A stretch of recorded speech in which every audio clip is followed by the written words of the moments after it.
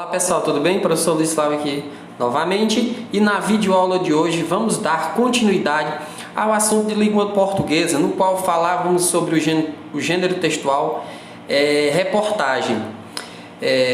Na videoaula passada nós falamos um pouco sobre o que é a reportagem, sobre as suas características principais, e agora, dando continuidade, vamos falar da estrutura básica da reportagem.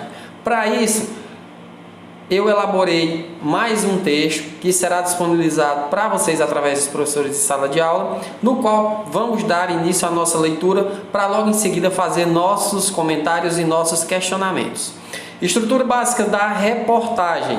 A estrutura básica dos textos jornalísticos é dividida em três partes: título principal e secundário, onde as reportagens, tal qual as notícias, podem apresentar dois títulos: um principal e mais abrangente, chamado de manchete, e outro secundário, uma espécie de subtítulo e mais específico.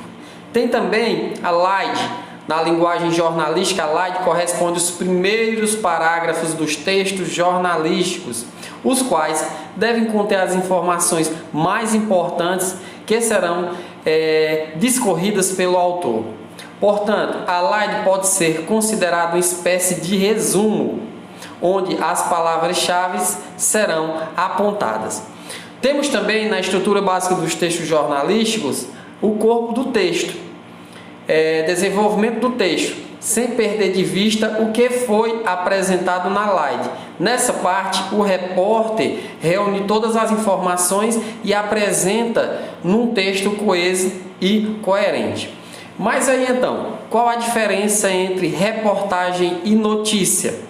Geralmente, as reportagens são textos mais longos, opinativos e assinados pelos repórteres. Por esse motivo, a reportagem é um texto que precisa de mais tempo para ser elaborado. Elaborado por quem? Pelo repórter. Nela se desenvolve um debate sobre um tema de modo mais abrangente do que a notícia. Já as notícias são textos relativamente curtos e impessoais, que possuem o intuito de somente informar ao leitor ou ao espectador de um fato atual ocorrido. Logo, podemos dizer que a notícia faz parte do jornalismo informativo, enquanto as reportagens fazem parte do chamado jornalismo opinativo. Vou dar aqui para vocês um exemplo de reportagem escrita. Fala sobre a biomassa. Diz assim: biomassa já responde por quase 10% de toda a matriz energética do Brasil. Biomassa é a matéria de origem vegetal ou animal que pode virar energia. Entre os resíduos usados está o bagaço de cana e os resíduos florestais. A biomassa já responde por quase 10% da matriz energética brasileira e hoje é uma das principais linhas de pesquisas no país. Inclusive, já tem empresas produzindo a própria energia a partir da casca de arroz e da casca de aveia. A maioria dos brasileiros pode até não saber o que é biomassa, mas ela está pertinho da gente, todo santo dia. Olha só, lá embaixo dessa reportagem escrita, a gente vê que cita o nome do autor. Diz assim, ó: trecho da reportagem do Jornal o Globo do dia 30/10/2014 por André Figueiredo.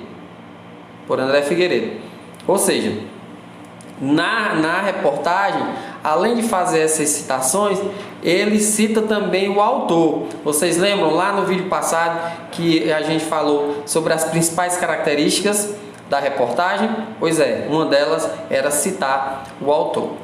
E tem também, aqui é porque não deu para acrescentar o link, mas tem um exemplo de reportagem em vídeo, que é essa reportagem que você busca, que você assiste no seu telejornal, que você assiste no seu canal do YouTube. E lá ele também cita quem foi o autor. Por exemplo, aqui diz: aqui tem uma reportagem falando sobre biomassa e diz: série especial Energias, biomassa exibida em 15 de 1 de 2019 pela TV Brasil, que está disponível também pelas redes sociais através dos canais do YouTube, Instagram e enfim. Pois é, pessoal, falamos então no primeiro vídeo sobre as características, sobre o que é reportagem, como ela funciona, suas características principais. Nesse vídeo agora, nessa videoaula, falamos da estrutura básica da reportagem e falamos também entre a diferença de reportagem e notícia.